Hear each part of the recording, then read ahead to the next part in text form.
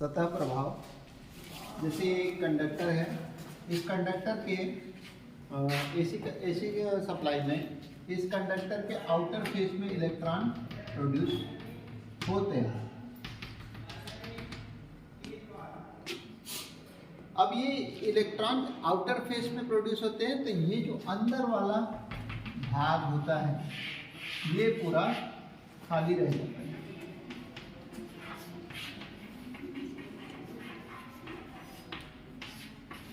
ठीक है। अब ये अंदर वाला भाग खाली रह जाता है और इसके ऊपरी भाग में जो भी क्रिया होती है, मतलब किसी कंडक्टर के साथ जो भी क्रिया होगी, उस प्रभाव को हम उसका क्या कहेंगे? सतह प्रभाव या स्किन इफेक्ट या त्वची प्रभाव कहेंगे। ठीक है। ये एसी में होता है लेकिन डीसी में नहीं होता है। ठीक है। क्यों?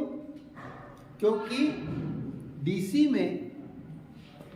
में क्या होता है कि cos फाई का मान 0 हो जाता है, तो ये टोटल इलेक्ट्रॉन्स इस कंडक्टर में प्रोड्यूस होने लग जाते हैं।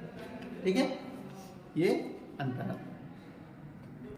इसके बाद आता है दूसरा नंबर, समीपता प्रभाव या प्रॉक्सिमिटी। इसमें हम ये देखते हैं कि जब कोई कंडक्टर, ये दो पोल या फिर कोई टावर या फिर इसमें लाइन क्या होती है? प्रोड्यूस होती है। लाइन प्रोड्यूस होती है।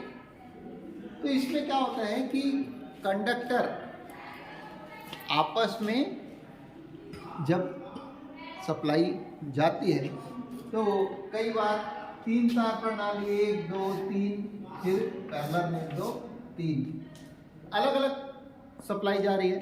कोई जाने वाली होगी तो कोई आने वाली होगी। इससे इन कंडक्टर के बीच का रेजिस्टेंस बढ़ जाता है। रेजिस्टेंस बढ़ जाता है। अब रेजिस्टेंस बढ़ जाएगा या फिर घनत्व बढ़ जाता है, उसका जो हम दूसरी भाषा में ये बोल सकते हैं कि वहाँ पर एक कंजप्शंस टाइप का आ जाता है। तो यहाँ पर इन दोनों कंडक्टर के बीच में समीप होने या समीपता के कारण एक दूसरे का विरोध करने लगते हैं, और वही एक दूसरे का विरोध करना ही प्रतिरोध के रूप में दिखाई पड़ता है। इस प्रभाव को समीपता प्रभाव कहते हैं। क्या कहते हैं? समीपता प्रभाव कहते हैं।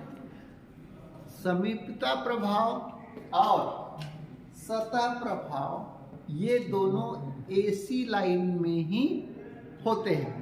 क्यों होते हैं? क्योंकि यहाँ cos फाई की वैल्यू होती है। ठीक है। क्या होती है? यहाँ cos फाई की वैल्यू होती है, लेकिन डीसी में ऐसा नहीं होता। ठीक है। अब बात यह आती है कि चूंकि ये एसी में होते हैं, ये समस्या है, तो इस समस्या को प्रश्न ये उठता है कि समस्या को दूर कैसे किया जाए। तो इस समस्या को दूर करने का एकमात्र कारण क्या है? वो ये है कि हम इन दो कंडक्टर के बीच की दूरी को बढ़ा दें, तो समीपता के प्रभाव घट जाएगा। yes. और इसको रिड्यूस किया जा सकता है। ठीक है। तीसरा नंबर है कोरोना इफेक्ट। ये वो कोविड-19 नहीं है, ये इलेक्ट्रिकल का कोविड-19 है। क्या कोरोना है? ये हजारों वर्षों से चलते आ रहा है। तो इसमें कोरोना है क्या? एक्चुअल में कोरोना को जानने के लिए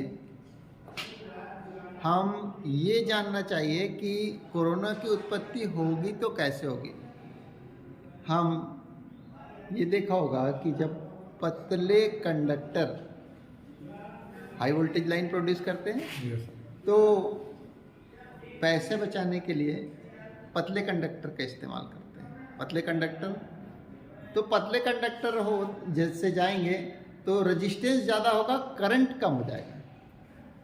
पतले कंडक्टर का रेजिस्टेंस ज़्यादा हो जाएगा और करंट कम हो जाएगा और वोल्टेज ज़्यादा प्रोड्यूस होगी।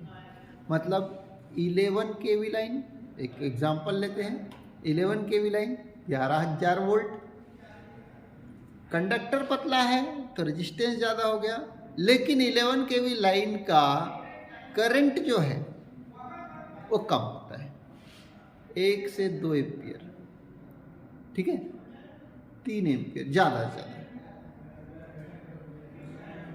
एम्पियर को कम करने के लिए यदि एम्पियर को बढ़ाएंगे तो क्या होगा, कंडक्टर का साइज मोटा करना होगा।